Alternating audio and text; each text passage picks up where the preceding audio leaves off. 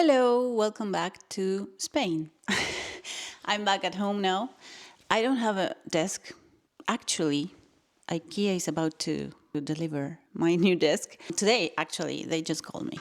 So I'm expecting that. I wanted to tell you about a few things that are on my mind that I don't think I've spoken about these things here. These are subtleties that usually happen when we are in relationships with narcissistic people. One of the worst things is making yourself small in order to make the other person shine. Make yourself smaller in order, for example, for other people's career advancements.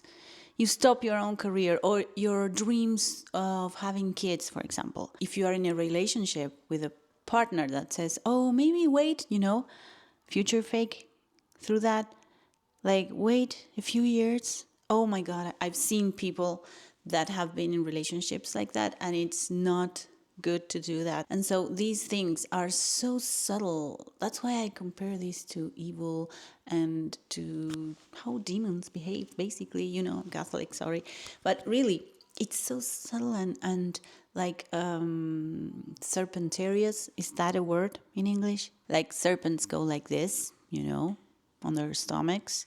And so that's what they do. It's not like clear cut, hey, I'm doing this to you, I'm calling you names. No. Covert narcissistic abuse is more like this, where it's subtle signs, where you end up, deciding, oh, I will let this person shine so that I can help this person. No, never do that. Never. Because a healthy relationship, you don't need to do that. It's reciprocal. Other things that happen are, for example, when they do nice stuff for you, like they clean the house for you, or they cook or something, or something you've always wanted, like they take you to a nice trip, to a nice place. But the way they do this is painful, like they make you suffer all the way through. But they're giving that thing to you that you wanted. So that's tricky, right?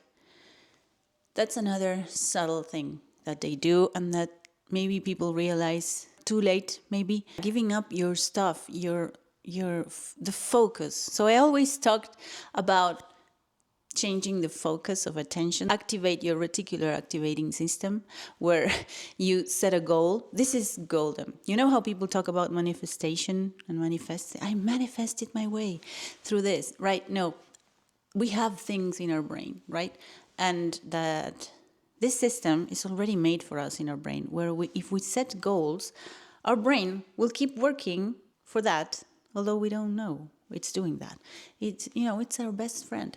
So the brain will the typical example where if you want to buy a red car, you will start seeing red cars on the street. So that's the same thing. So use that to your advantage to heal from narcissistic abuse.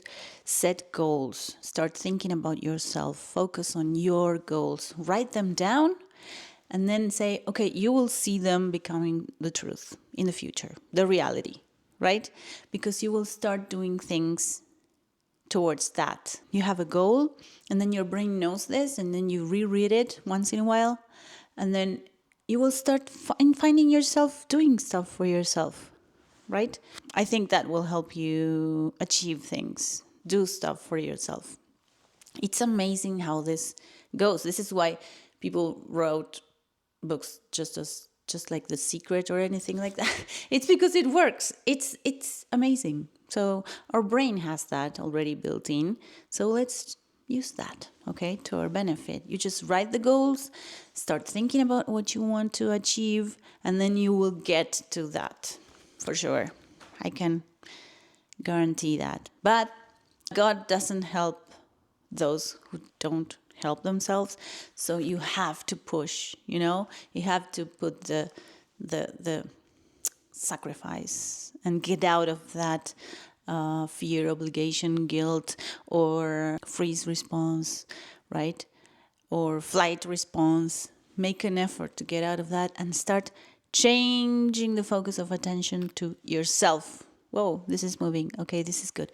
Changing the focus of attention to yourself, your life, your goals, right? One of you said in the comments in my last video, said the thing that helped you from my videos is when I said that these people are disordered, and what are you going to do?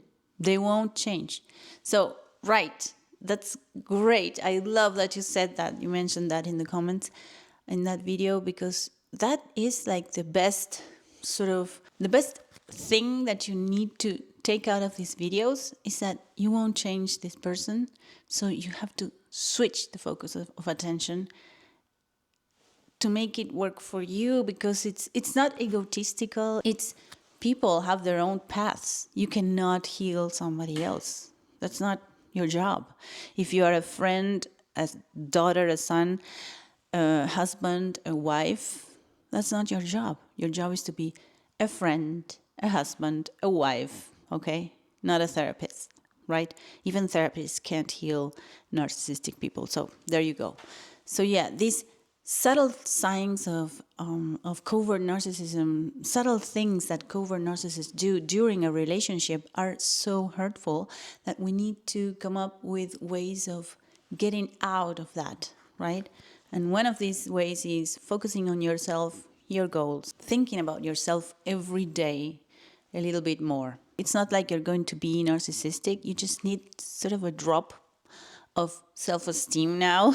You need like a dose of that in order to come back to yourself. I always say there's a continuum, and this is in the middle, which would be normal.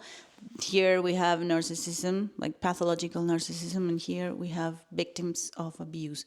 They need to walk their way to the middle, to the center. So in order to do that, you have to recover your own healthy narcissism or self-esteem, whatever you want to call it.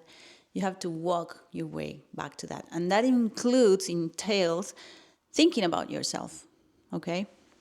So use that reticular activating system to heal, to start thinking about things that you want to achieve. You know, these are sort of sparks of joy. You want to achieve things. So think about things that you want to achieve, okay? I know it's hard. It's very, very hard. It's very, very difficult, because sometimes we say, oh, I'm depressed. No. I think depression comes because, there are a few cases where depression is genetical, or it comes, it's sort of more of the hardware, let's say. But I would say 90-something% of depressions out there are because of broken childhoods or because of trauma, and you can get out of that by connecting to the light.